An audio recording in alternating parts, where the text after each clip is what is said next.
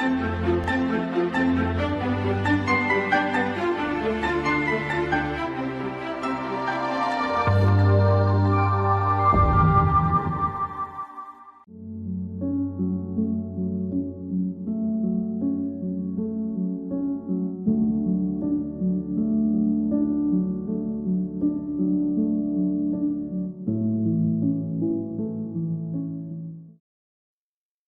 আলোচনায় মূলত যে কয়টি বিষয়ের উপর জোর দেওয়ার চেষ্টা থাকবে সেগুলি হলো ভারতের সর্পপূজার ঐতিহ্যের সূত্রে বাংলার সর্পদেবী মনসা সম্পর্কে সংক্ষিপ্ত একটি ধারণা তৈরি, মনসামঙ্গল কাব্যের কাহিনী ও তার প্রাচীনত্ব বিচার এবং মনসামঙ্গল কাব্যের চৈতন্য সমসাময়িক ও চৈতন্য পরবর্তী কবিদের সময়কাল এবং কাব্যের বৈশিষ্ট্য সম্পর্কে আলোচনা।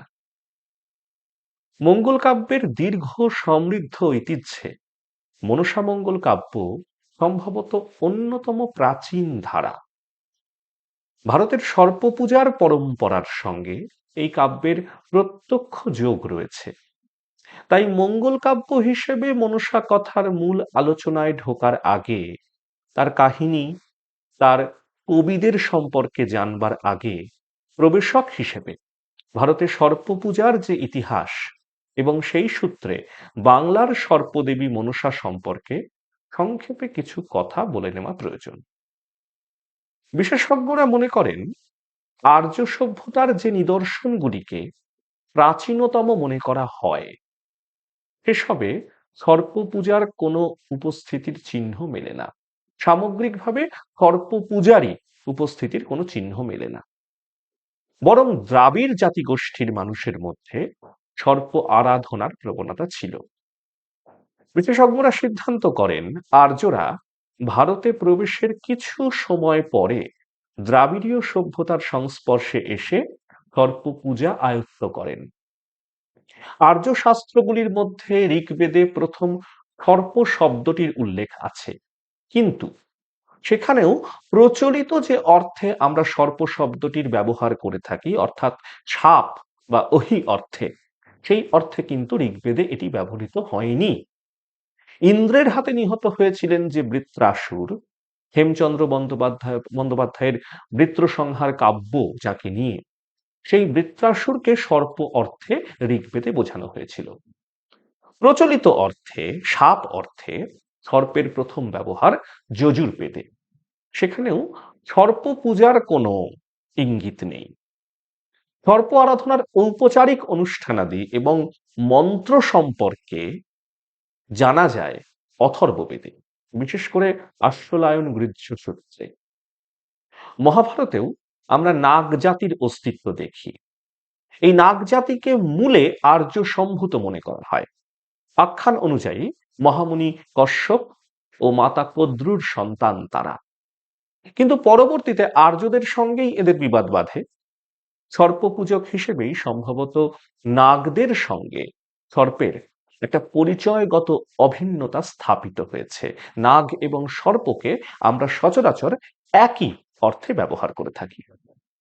এই সর্বভারতীয় সূত্র ধরে যদি আমরা বাংলার একান্ত নিজস্ব সর্প সংস্কৃতির দিকে চোখ ফেরাই, তাহলে বৃহৎ বঙ্গে সর্পপূজার ধারা আর্য পূর্ব যুগ থেকেই শুরু হয়েছিল বলে মনে করা হয়।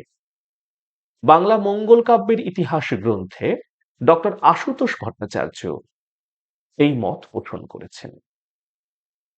সমগ্র ভারতে যে কয়টি সর্প আরাধনার ধারা রয়েছে তাদের মধ্যে অত্যন্ত গুরুত্বপূর্ণ বাংলার নারী সর্পদেবতা, যিনি বিশ্বহরী, জাঙ্গুলি, পদ্মাবতী, কেতকা, সর্বোপরি মনসা নামে সর্বাধিক লোকপ্রিয়। প্রাচীন বৈদিক ও সংস্কৃত সাহিত্যে রামায়ণ ও মহাভারতে মনসার কোনো উল্লেখ নেই। তুলনায় দশম থেকে দ্বাদশ শতকের অর্বাচীন যে পুরাণগুলি, সেখানে এর কথা পাওয়া যায়। এই মনসারই স্তুতিমূলক কাব্যের ধারা হচ্ছে মনসামঙ্গল, যা বাংলার সাংস্কৃতিক ইতিহাসের এক অতি গুরুত্বপূর্ণ উপাদান। মনসা নামটির উৎস এবং মনসার উৎস সামগ্রিকভাবে আলোচনা করতে গিয়ে অনেকেই দক্ষিণ ভারতের কর্ণাট প্রদেশ, যা ঔপনিবেশিক আমলে ছিল মাদ্রাজ প্রেসিডেন্সি মূলত, এবং বর্তমানে তামিলনাড়ু ও অন্ধ্রের দক্ষিণ অংশ নিয়ে এই কর্ণাট প্রদেশটিকে আহ, তৈরি বলে মনে করা যায়। সেখানকার মূলত নিম্নবর্ণের পূজিত সর্পদেবী মনে মঞ্চাম্মার কথা অনেকে বলে থাকেন। এই মঞ্চাম্মার নামের প্রভাবে মনসা নামটির উৎপত্তি এমন একটি মত খুব জনপ্রিয়। যদিও পূর্বেই যার কথা বললাম ডক্টর আশুতোষ ভট্টাচার্য তার বাংলা মঙ্গল কাব্যের ইতিহাস গ্রন্থে এই মত পুরোপুরি সমর্থন করেননি। নামে যদি বা দাক্ষিণাত্যের মনে মঞ্চাম্মার যে প্রভাব সেটা মনসা নামটির ক্ষেত্রে কিছু থাকেও, এটি স্বতন্ত্র একটা ভাষাতাত্ত্বিক বিশ্লেষণের বিষয়। মঞ্চাম্মাই যে সরাসরি বাংলার মনসা হয়ে উঠেছেন এমনটা মনে করা ভীষণই সরলীকরণ হবে। বরং বিভিন্ন মনসা মঙ্গল কাব্যে মনসার অপর নাম জাঙ্গুলি দেখে মনে করা যায় মহাযান বৌদ্ধ ধর্মের বিশ্বনাশিনী দেবী জাঙ্গুলি তারার প্রভাব বাংলার এই সর্পদেবীর পরিকল্পনায় অনেকটা রয়েছে। আচার্য সুকুমার সেনের মতে বৈদিক রুদ্রের ক্রোধ বা মনা থেকে উদ্ভূত বলে এই দেবীর নাম মনসা। এবার মনসা মঙ্গলের কাহিনীর মধ্যে আমরা যদি ঢুকে যাই, তাহলে দেখতে পাবো যে মনসা মঙ্গলের কাহিনী সম্পর্কে দুটি স্বতন্ত্র লৌকিক কাহিনী এখানে একটা সূত্রে মিলিত হয়েছে। এর প্রাচীন গল্পটি শঙ্কর গাররি ও নেতাকে কেন্দ্র করে। মহাদেবী নিত্যা বা নেতার আশীর্বাদে শঙ্কর গাররি অজর অমর দেহ লাভ করেন। এই শঙ্করকেই মনসামঙ্গলের প্রচলিত কাহিনীগুলিতে কখনো স্বনামে, আবার কোনো কোনো মনসামঙ্গলে ধন্বন্তরী নামে দেখা যায়। মনসামঙ্গলের প্রচলিত যে কাহিনী শঙ্কর গাররি ও নেতার কাহিনীটিকে বাদ দিয়ে, এ তো অনেক পুরনো একটি কাহিনী, প্রচলিত যে কাহিনী যা মূলত চাঁদ সদাগর, তার স্ত্রী সনকা, তার পুত্র লক্ষিন্দর, পুত্রবধূ বেহুলাকে কেন্দ্র করে চম্পকনগরের ভৌগোলিক পরিসরে ঘটে, সেই কাহিনী মনসামঙ্গল না পড়লেও আপামর বাঙালি কোনো না কোনো ভাবে জানেন, এই চরিত্রগুলির নাম জানেন, এই চরিত্রগুলির সঙ্গে কি ঘটেছিল তার সম্বন্ধে সামগ্রিকভাবে একটা আন্দাজ তাদের আছে। মনসামঙ্গল কাব্য মঙ্গল কাব্যের যে সাধারণ গড়ন, স্ট্রাকচার, সেই গড়ন মেনে দেবখণ্ড ও নরখণ্ডে বিভক্ত। দেবখণ্ড মূলত দেবাদিদেব মহাদেব, দেবী চণ্ডী এবং মনসার পারস্পরিক সম্পর্ককে কেন্দ্র করে রচিত। হরগৌরীর দাম্পত্য ও দাম্পত্য কলহ, মনসার জন্ম বৃত্তান্ত, জরৎকারু মুনির সঙ্গে মনসার বিবাহ দেবখণ্ড জুড়ে ব্যাখ্যা করা হয়েছে, বর্ণনা করা হয়েছে। এই খণ্ডে অত্যন্ত আকর্ষণীয় একটি বিষয় মনসা ও চণ্ডীর বিবাদ। মনসার বিমাতা সৎ মা হচ্ছেন চণ্ডী। মনসার একটি চোখ নষ্ট হয়ে যাওয়ার কারণ চণ্ডীর দেওয়া আঘাত। কোন কবির লেখনীতে তা জ্বলন্ত অঙ্গার ছুঁড়ে মারার ফল, আবার কোনো ক্ষেত্রে অন্য কোনো কারণ। দেবখণ্ডের পর আমরা যদি নরখণ্ডে আসি, তাহলে নরখণ্ডে দেবী মনসা মর্তলোকে তার পুজো প্রচারের জন্য, মর্তলোকের বাসিন্দাদের থেকে তার পুজো পাবার জন্য কি কি কৌশল অবলম্বন করছেন এর বিস্তারিত উপস্থাপন রয়েছে।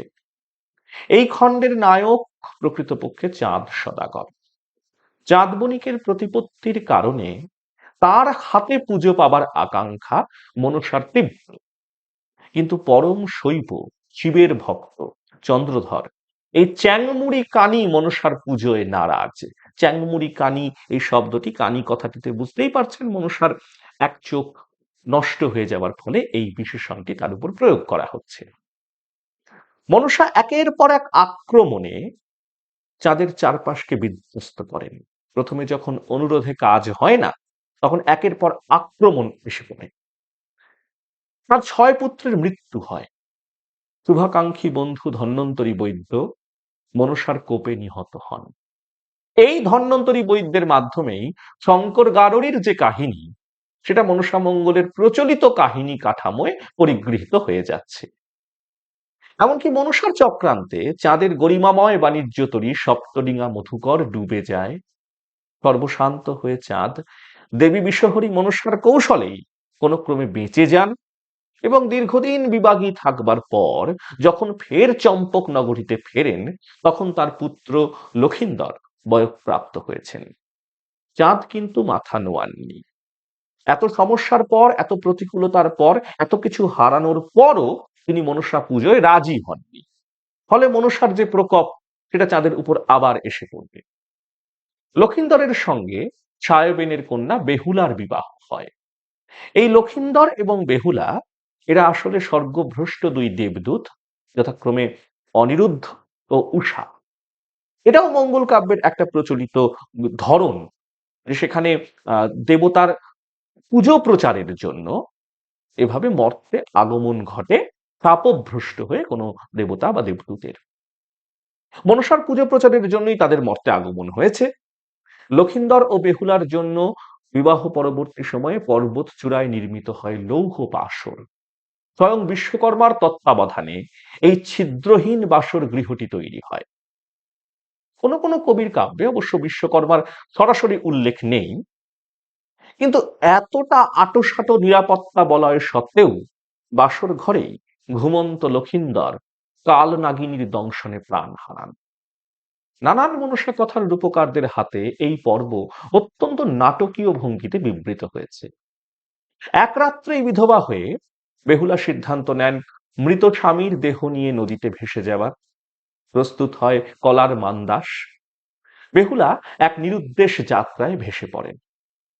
পথে অজস্র প্রতিকূলতা, ঘাটে ঘাটে অজস্র প্রলোভন, পচে যাওয়া তার স্বামীর লাশের উপর চিল শকুনের আক্রমণ প্রতিহত করতে করতে বেহুলা শেষ অবধি এসে পৌঁছন নেতার ঘাটে। এই নেতা, যিনি কিনা স্বর্গের ধোপানি এবং মনসার সহচরী। বেহুলা বুঝতে পারেন নেতা মৃত সঞ্জীবনী মন্ত্র জানেন। নেতা সেখানে কাপড় কাচ্ছিলেন। তার কাছে একটি ছোট ছেলে তাকে খুব জ্বালাতন করছিল। নেতা তাকে একটি চড় মেরে দেন। তারপরে সমস্ত কাপড় কাচা হয়ে গেলে তাকে যখন নিয়ে যাচ্ছেন, যখন ফিরে যাচ্ছেন, তখন তার কানে কানে কিছু একটা মন্ত্র বলে নেতা তাকে পুনরায় সঞ্জীবিত করেন, বাঁচিয়ে তোলেন। এই থেকে বেহুলা বুঝতে পারেন যে নেতার কাছে সঞ্জীবনী মন্ত্র আছে। নেতার সহায়তায় তিনি তখন মনসার কাছে উপস্থিত হন এবং স্বর্গের তাম দেবতার মনোরঞ্জনের মাধ্যমে এবং মনসার আশীর্বাদে বেহুলা অবশেষে ফিরে পান তার স্বামীর জীবন। চাঁদ সদাগরকে তিনি মনসা পুজোয় সম্মত করবেন, এই প্রতিজ্ঞার বিনিময়ে উদ্ধার হয় সপ্তডিঙা মধুকরের সমস্ত হারানো সম্পদ। বেঁচে ওঠেন চাঁদের 6 পুত্র। চন্দ্রধর বেহুলার অনুরোধে মনসাকে পুজো করেন, কিন্তু যে হাতে তিনি দেবাদিদেব শিব শূলপাণিকে অর্ঘ্য নিবেদন করেছেন, সেই হাতে তিনি কিভাবে মনসার পুষ্পাঞ্জলি দেবেন? তাই ডান হাতে নয়, তিনি বাম হাতে পুজো করেন মনসার। মনসা তার বাম হাতের পুজো পায়। মনসার পুজো মর্তে প্রচলিত হয়। অভীষ্ট উদ্দেশ্য সাধিত হলে উষা এবং অনিরুদ্ধ এই মর্তলীলার শেষে পুনরায় স্বর্গে ফিরে যান। এই হচ্ছে মনসা মঙ্গলের মূল কাহিনী কাঠামো। এর উপর বিভিন্ন কবি তাদের কবিত্বের প্রকাশ ঘটিয়েছেন। আর এই কাহিনীর সমান্তরালে হাসান হোসেন পালা বা জালুমালু আখ্যানের যে সাবপ্লট বা উপকাহিনী, এটাও বিশেষভাবে চিত্তাকর্ষক।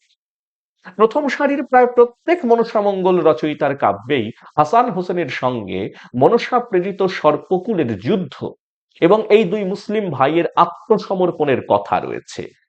এই কাহিনীর সমান্তরালে, মনসামঙ্গলের এই মূল কাহিনীর সমান্তরালে হাসান হোসেন আখ্যান বা জালুমালু পালার যে সাবপ্লট বা উপকাহিনী, তাও বিশেষভাবে চিত্তাকর্ষক।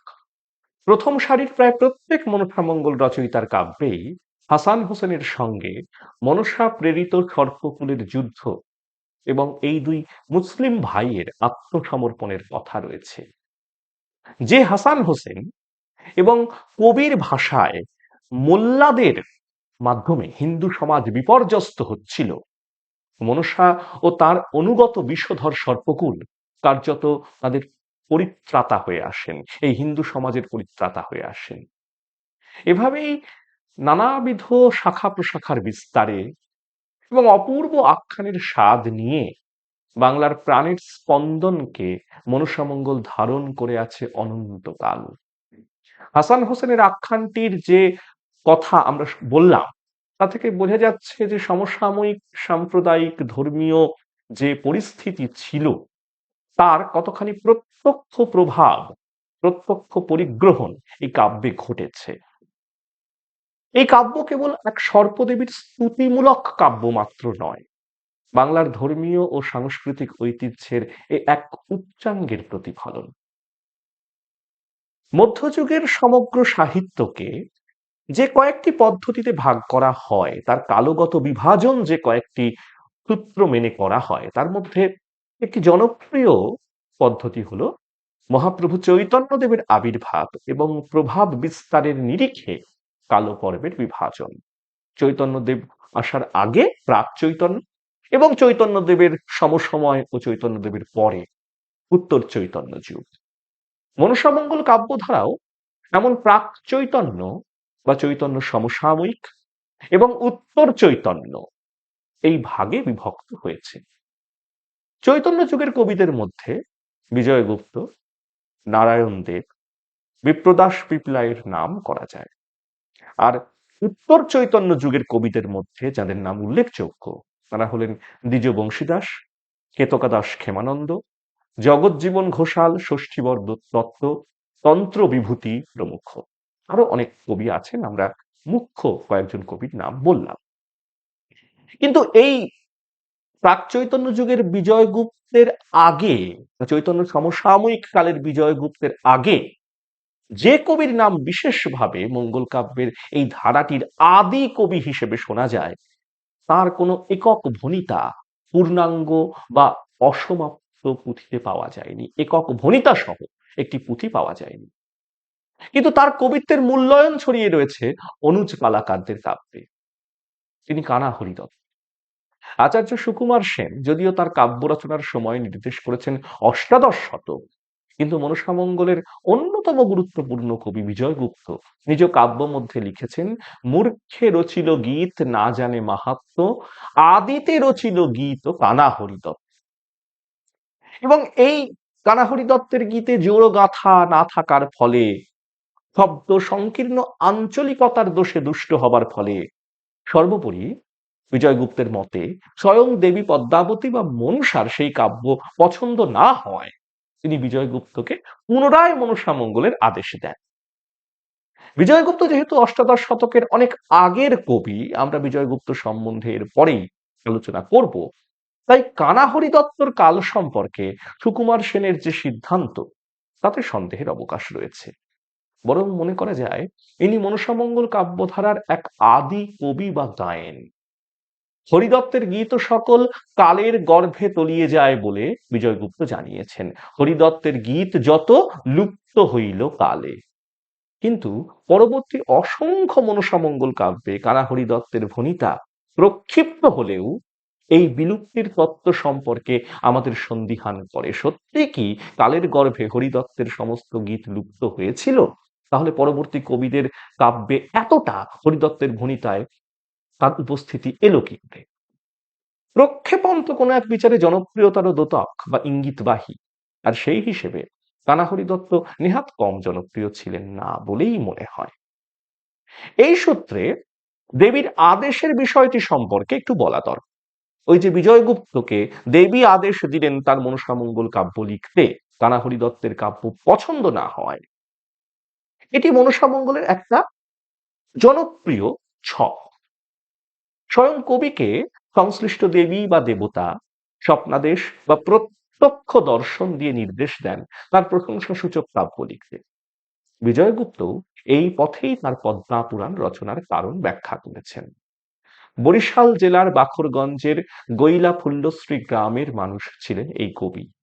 এই গ্রামে কবির পূজিত মনসা দেবীর মন্দির ছিল বলে জানিয়েছেন ডক্টর আশুতোষ ভট্টাচার্য। বিজয়গুপ্তের কাব্যে কালজ্ঞাপক যে শ্লোক, সেখান থেকে জানা যায় যে এই কাব্য সুলতান হুসেন শাহর আমলে লেখা হয়েছিল। ঋতু শশী বেদ শশী পরিমিত সব, সুলতান হোসেন শাহ নৃপতি তিলক। এই ঋতু শশী বেদ শশী এই হিসেবে 1894 খ্রিস্টাব্দে বিজয়গুপ্ত তার কাব্য রচনা করেছিলেন। অঙ্কুশ বামা গতির পদ্ধতিতে যদি ভাবা হয় তাহলে 1894 খ্রিস্টাব্দে। যদিও বিভিন্ন পুঁথির সূত্রে এই কাল সম্পর্কে রীতিমতো সংশয় রয়েছে। কোথাও ঋতু শূন্য বেদ শশী, কোথাও ছায়া শূন্য বেদ শশী, এমন নানান কালজ্ঞাপক শ্লোকে এই বিজয়গুপ্তের কাল সম্পর্কে একটা সংশয় আছে। মুদ্রণ পূর্ব যুগে জনপ্রিয়তার কারণেই বিজয়গুপ্তর কাব্যে অজস্র প্রক্ষেপণের নজির মেলে। ভাষায় পূর্ববঙ্গের আঞ্চলিক প্রভাব এই কাব্যের বৈশিষ্ট্য।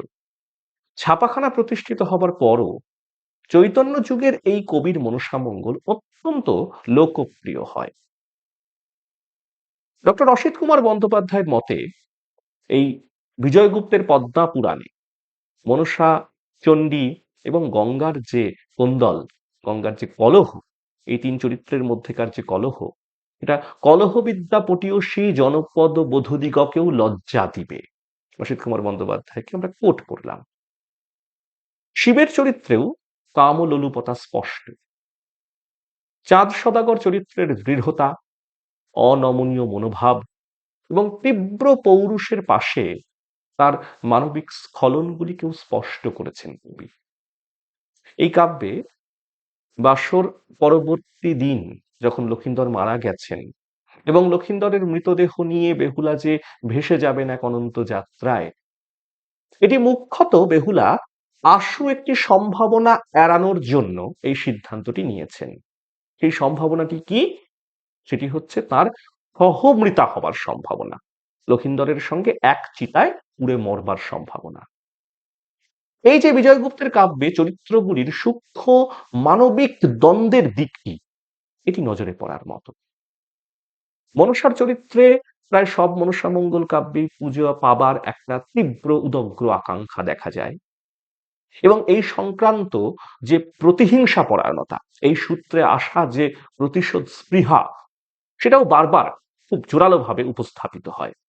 বিজয়গুপ্ত এই গোটা মনস্তত্ত্বের একটা শেকড় সন্ধান করেছেন মনসার যাপনেই। স্বামী পরিত্যক্ত হয়ে মনসা যখন বলেন, জনম দুঃখিনী আমি দুঃখে গেলা কাল, যেই ডাল ধরি আমি ভাঙে সেই ডাল, তখন এই মানসিকতার এই পরিণতির একটা মনস্তাত্ত্বিক শিকড় আমরা পাই। বিজয়গুপ্তের পর চৈতন্য সমসাময়িক যে কবির নাম আসে, তিনি মনসামঙ্গলের অত্যন্ত জনপ্রিয় ও বিখ্যাত কবি, তার নাম নারায়ণ দেব। সুকবি বল্লভ, এটি আন্দাজ করা হয় নারায়ণ দেবের একটি উপাধি। সুকবি বল্লভ নারায়ণ দেব বাংলার পাশাপাশি আসামেও খুব জনপ্রিয়। নারায়ণ দেবের জন্মস্থান ময়মনসিংহ নাকি শ্রীহট্ট তা নিয়ে সংশয় রয়েছে, কিন্তু আদিতে এই কবির পূর্ব প্রজন্মের পূর্বপুরুষের শিকড় রাঢ় দেশ। অজস্র গায়েন, লিপিকর এবং পরবর্তী কবিদের ভণিতায় এর পুঁথিগুলি ভরা, কিন্তু বিশেষজ্ঞদের মতে বিজয়গুপ্তর তুলনায় নারায়ণ দেবের পুঁথিগুলি স্বকীয়তায় অনেক বেশি নির্ভরযোগ্য। এই নারায়ণ দেবের সময় নিয়েও মধ্যযুগের যে কোনো কবির কালপর্ব নিয়ে যেভাবে সংশয় থাকে, একে নিয়েও সংশয় রয়েছে। আচার্য দীনেশচন্দ্র সেন প্রথমে নারায়ণ দেবের কাব্য রচনার কাল নির্দেশ করেছিলেন ত্রয়োদশ শতাব্দীর মধ্যভাগ। পরে তিনি মত বদলে নারায়ণ দেবকে বিজয়গুপ্তর সামান্য পূর্বসূরি অর্থাৎ ওই পঞ্চদশ শতাব্দীর মধ্যভাগের কবি বলেন।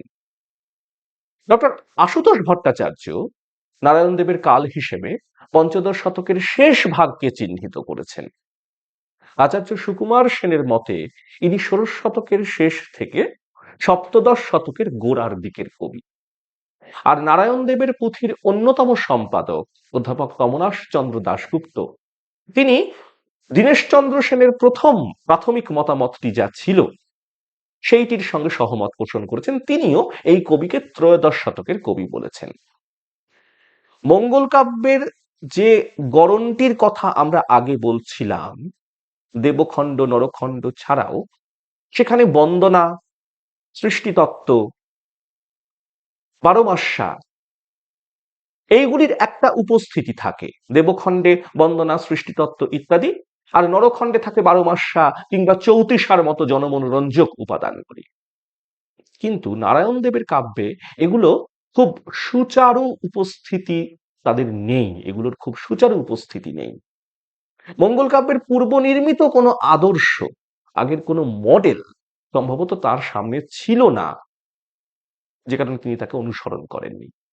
এই যে তমনাশচন্দ্র দাশগুপ্ত একে ত্রয়োদশ শতকের কবি বলছেন, এর পেছনে যুক্তি হিসেবে তিনি এই বক্তব্যটি স্থাপন করছেন, এই বক্তব্যটি আনছেন যে তার সামনে মঙ্গল কাব্যের চেনা কোনো আদর্শ ছিল না। নারায়ণ দেব মহাভারত, পুরাণ এবং কালিদাসের কাব্য, মুখ্যত কুমার সম্ভব কাব্য থেকে অনেক কাহিনী সংগ্রহ করেছিলেন। সাহিত্যের যারা ঐতিহাসিক বিশ্লেষক, তারা হাস্যরস সৃষ্টিতে নারায়ণ দেবের দক্ষতা বিশেষভাবে উল্লেখ করেছেন। যদিও কালের অগ্রগতির সঙ্গে এই হাস্যরস সৃষ্টির যে প্রেক্ষিতগুলি, হাস্যরস সৃষ্টির যে মুহূর্তগুলি, সেগুলির প্রসঙ্গে রুচি বিকারের অভিযোগও উঠেছে। ডক্টর আশুতোষ ভট্টাচার্যের মতে মনসামঙ্গল কাব্য করুণ রসের আধার, আর নারায়ণ দেব তার অবিসংবাদিত শ্রেষ্ঠ শিল্পী। লঘু কানি মনসার প্রতি বারবার বিষোদ্গার করেও এই কাব্যের সমাপ্তিতে চাঁদ সদাগর বাম হাতে হলেও আড়ম্বরে মনসার পুজো করেছেন।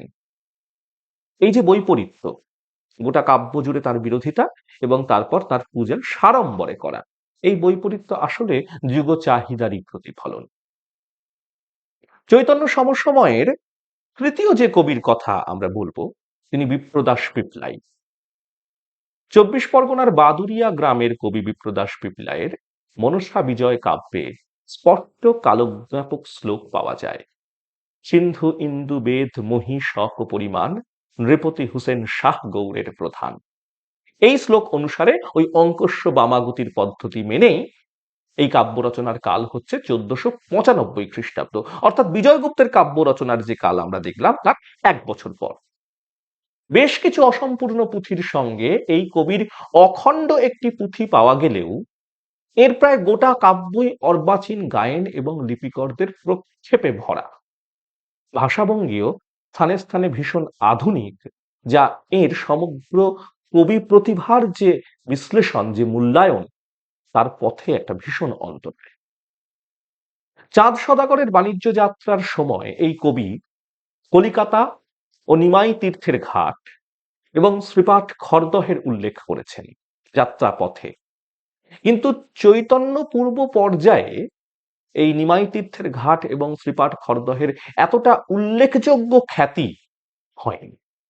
ফলে এই যে বিপ্রদাস পিপলাইয়ের কাব্যে কালানুচিত্ত দোষ, এটি এই কাব্যের একটা অনতিক্রম্য সমস্যা।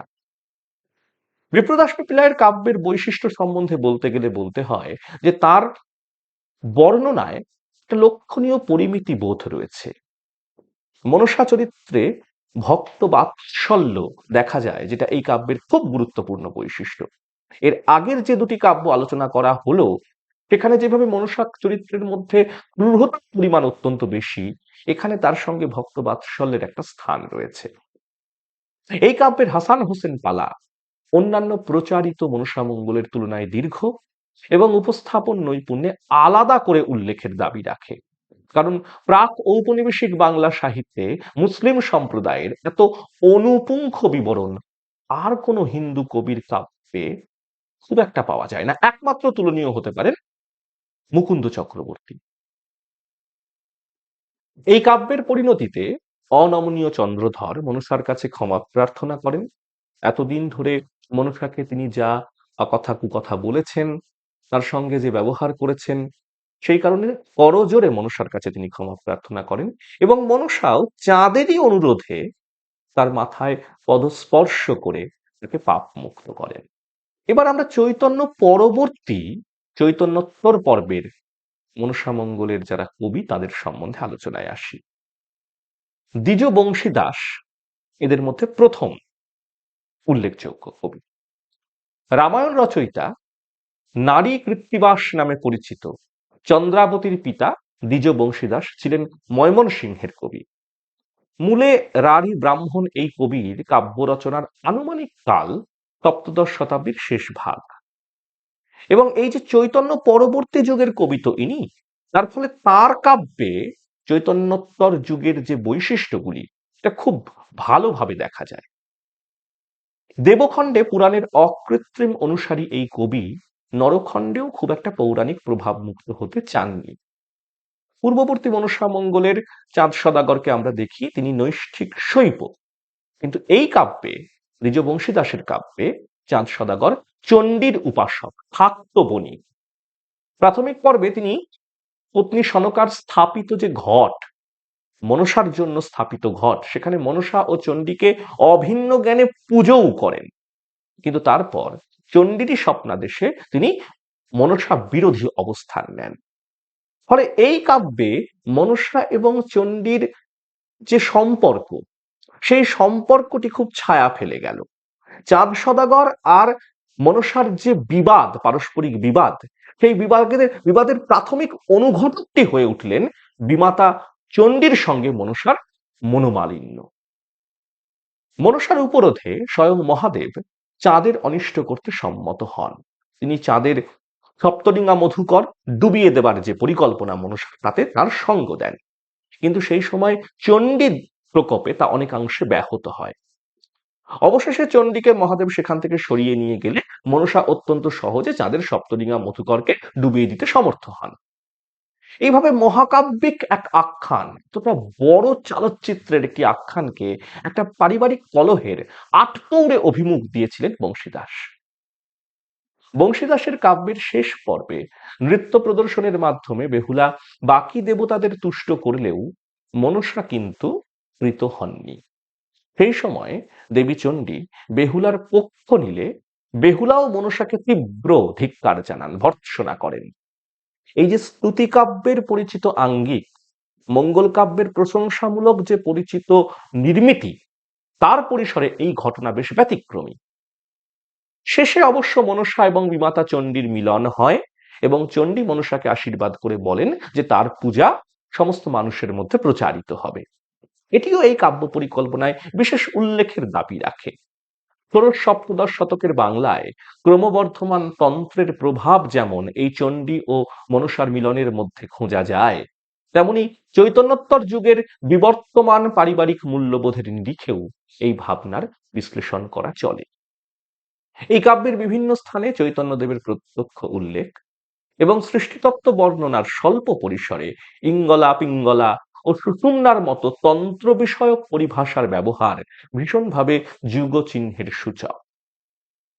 চৈতন্যোত্তর যুগের দ্বিজ বংশীদাস পরবর্তী যে কবির আলোচনা আমরা করব, তিনি কেতকাদাস ক্ষেমানন্দ। হুগলির কথরা গ্রামের জাতক ক্ষেমানন্দ বর্তমানের জগন্নাথপুরে তার মনসামঙ্গল কাব্য রচনা করেন। কাব্য মধ্যে তিনি দেবী মনসাকে কেতুকা সম্বোধনে অভিহিত করেছেন এবং সেই হিসেবেই তিনি নিজের পরিচয় দিয়েছেন কেতকা দাস, এমনটাই বিশেষজ্ঞরা মনে করেন। প্রায় সর্বসম্মতিক্রমে এই কবির কাব্য রচনার আদেশ প্রাপ্তির কাল হচ্ছে 1638-39 খ্রিস্টাব্দ। মুদ্রণ যন্ত্রের কল্যাণে ক্ষেমানন্দের কাব্য সম্ভবত বৃহৎবঙ্গের মনসামঙ্গল কাব্য ধারায় একসময় সবচেয়ে জনপ্রিয় ছিল। পশ্চিমবঙ্গ তো বটেই, এই কবির কাব্য পূর্ব এবং উত্তরবঙ্গেও অত্যন্ত পরিচিত ছিল। বাংলা সাহিত্যের আদি ইতিহাসকার পণ্ডিত রামগতি ন্যায়রত্ন তার আলোচনায় মনসামঙ্গলের কবি হিসেবে কেবল এই ক্ষেমানন্দকেই স্থান দিয়েছেন। অজস্র পুঁথিতে মূলত পালা ধরে ধরে তার কবিকৃতি ছড়িয়ে রয়েছে এবং তার কাব্যের সম্পাদক অধ্যাপক যতীন্দ্রমোহন ভট্টাচার্য, অন্যতম সম্পাদক, নানান পালা একত্র করে এক স্বকীয় পদ্ধতিতে একটি অখণ্ড কাব্য তার প্রস্তুত করবার চেষ্টা করেন। মনসামঙ্গলের অন্যান্য কবির তুলনায় এই কবির যে কাব্য তা বেহুলার যাত্রাপথের বর্ণনায় অভিনব। ভূগোলের প্রতি এই কবির যে দায়বদ্ধতা, সেটা লক্ষণীয়। অন্যান্য কবিরা যেখানে যাত্রাপথের বিবরণ দিতে গিয়ে মূলত কল্পনার আশ্রয় নিয়েছেন, কেতকাদাস সেখানে অনেক বাস্তবানুক ভৌগোলিক পরিসরের অনুসারী।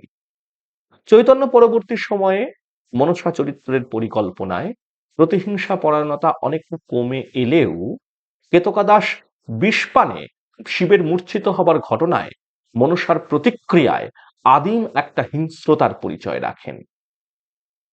যখন সমুদ্র মন্থনজাত যে হলাহল গরল সেটি পান করে শিব মূর্ছিত হয়েছেন, তখন গণেশ এবং কার্তিক মনসাকে ডাকতে আসেন সেই বিষটা তুলে নেবার জন্য।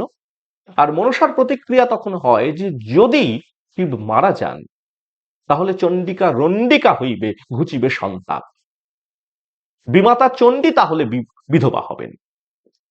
এজন্য তিনি পিতার মৃত্যু কামনাতেও খানিকক্ষণের জন্য পিছপা হন না। ফলে বিমাতার সঙ্গে বিবাদ এই মানসিকতার প্রধান চালিকা শক্তি। জনরুচির দাবি মেনে এই কাব্যের শেষেও চাঁদ ভক্তি ভরে গলায় কাপড় দিয়া কবির ভাষায় মনসার স্তুতি করেন। এদের বাদ দিয়ে মনসামঙ্গলের অন্যান্য যারা কবি রয়েছেন তাদের মধ্যে শ্রীহট্টের লোকপ্রিয় কবি ষষ্ঠীবর্ধন, তার মনসামঙ্গলের যে প্রাপ্ত পুঁথি এতে প্রাচীনত্বের ছাপ তেমন নেই, বরং স্থান বিশেষে ভারতচন্দ্রের অক্ষম অনুকৃতি এতে রয়েছে বলে মনে করেন ডক্টর অসিত কুমার বন্দ্যোপাধ্যায়। কিন্তু ষষ্ঠীবর দত্তের কাব্যে আরবি ফার্সি শব্দের অনুপ্রবেশে ভীষণ গুরুত্বপূর্ণ। উত্তরবঙ্গের কবি তন্ত্র বিভূতির ভণিতায় যে পুঁথিটি পাওয়া যায় তার সময় আনুমানিক 19 শতকের মধ্যভাগ, মানে সেই পুঁথিটি লিপিকরণের সময়। তন্ত্র শব্দটির উৎস নির্দেশে আচার্য সুকুমার সেন তাঁতি শব্দটির অনুমান করেছেন। আদিরসের অকৃত্রিম উদযাপনে তন্ত্র বিভূতি এবং উত্তরবঙ্গেরই আরেক কবি জগৎজীবন ঘোষাল স্মরণীয়। এদের কাব্যে লক্ষিন্দর নিজ মাতুলানি গমন করেন, মাতুলানির প্রতি আসক্ত হয়ে পড়েন, যার ফলে চিন্তিত পিতা চাঁদ সদাগর তড়িঘড়ি তার বিবাহের বন্দোবস্ত করেন। জগৎজীবন ঘোষাল উত্তরবঙ্গের আরেক কবি, তার কাব্যের সৃষ্টিতত্ত্বে ধর্মদেবতা থেকে ব্রহ্মা বিষ্ণু মহেশ্বর এবং মনসার জন্ম। ধর্ম নিজ কন্যা মনসাকে বিবাহও করেন, পরবর্তীতে মনসারই পুনর্জন্ম গৌরীকে বিবাহ করেন শিব। এই যে ধর্মদেবতার প্রতি এই আনুগত্য জগৎজীবন ঘোষালের খানিকটা প্রদর্শিত হলো, এই একই বিষয় দেখা যায় আরেক কবি সীতারাম দাশের কাব্যে। সেখানে মনসাকেই সেই কাব্যে প্রবলভাবে ধর্ম পূজা করতে দেখা যায়। এইভাবে পূর্ববঙ্গ, উত্তরবঙ্গ, পশ্চিমবঙ্গের বিভিন্ন কবি চৈতন্য পূর্ব এবং চৈতন্যোত্তর যুগের কবিদের কাব্যের মাধ্যমে মনসামঙ্গলের প্রচলিত কাহিনী কাঠামোটি যে প্রচুর শাখা প্রশাখা বিস্তার করে এক অভিনব অভূতপূর্ব রূপ নিয়েছে তারই আলোচনা আমরা করবার চেষ্টা করলাম।